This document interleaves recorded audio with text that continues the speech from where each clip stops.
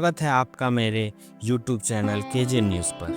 आज हम आपको ले चलने वाले हैं एक ऐसा स्थान पर जो हमारे इतिहास की यादों से जुड़ा हुआ है। ये है भगत सिंह का जन्म स्थान पाकिस्तान के पंजाब में स्थित बंगा गांव में है। यह है वो पुराना घर जहां शहीद भगत सिंह का जन्म हुआ और जहां उनकी कहानियों की शुरुआत हुई। यह स्थान पाकिस्तान सरकार द्वारा राष्ट्रीय विरासत स्थल के रूप में चिन्हित किया गया है। गांव की यह संरचना युगों पुरानी है और इन्हीं दीवारों में अब भी गूंजती है हमारे स्वतंत्रता की आवाज़। स्थानीय लोग इसे बड़े श्रद्धा से संभाल के रखे हुए हैं। यह सिर्फ एक ईंट पत्थर का घर नहीं है, यह वह प्रेरक स्थान है जिसने एक छोटे कदम की शुरुआती क्रांतिकारी यात्रा की ओर आज भी हमें प्रेरित करता है। ये है वह पुराना घर जहां शहीद भगत सिंह का जन्म हुआ और जहां उनकी कहानियों की शुरुआत हुई। यह स्थान पाकिस्तान सरकार द्वारा राष्ट्रीय विरासत स्थल के रूप में चिन्हित किया गया है। गांव की यह संरचना युगों पुरानी है और इन्हीं दीवारों में अब भी गूंजती है हमारे स्वतंत्रता सेनानी की आवाज़। स्थानीय लोग ने इसे बड़े श्रद्धा से संभाल के रखा। यह है बंगा गांव में स्थित भगत सिंह का पुश्तैनी घर। यहीं 28 सितंबर 1907 को उस बालक ने जन्म लिया जो आगे चलकर भारत के क्रांतिकारी इतिहास का सबसे बड़ा चमकता सितारा बना।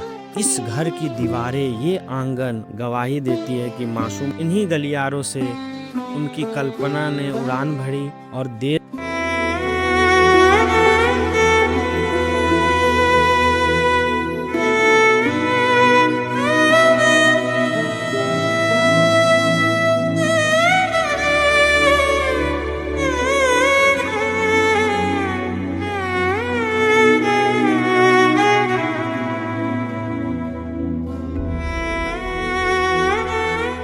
की दीवारें, ये आंगन गवाही देती है कि मासूम बचपन में जब भगत सिंह खिलौने से नहीं, खेतों की मिट्टी और किताबों से खेलते थे।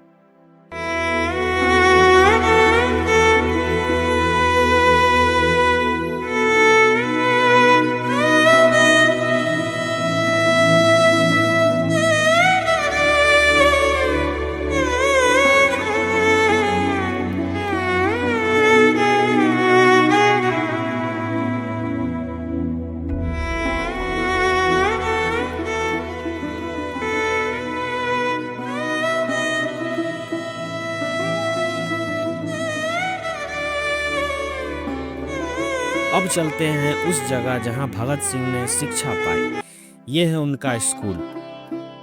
यहाँ उन्होंने किताब से ज्ञान लिया, लेकिन साथ ही समझा कि गुलामी से बड़ी बेड़ी नहीं होती। कक्षाओं में पढ़ते पढ़ते वे केवल छात्र नहीं रहे, बल्कि उन्होंने यह तय किया कि पढ़ाई का असली मकसद अन्याय को समझना और उनके खिलाफ आवाज़ उठाना है।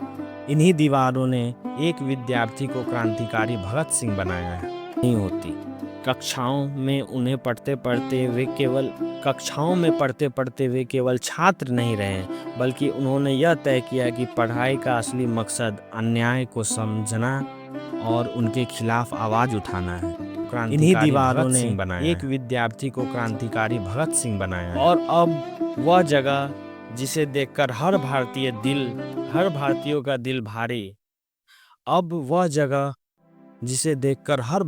का दिल भारी हो जाता है। यह 23 मार्च 1931 को भगत सिंह, राजगुरु और सुखदेव को फांसी दी गई थी।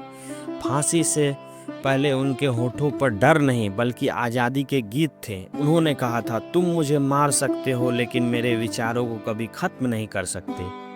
फांसी के फंदे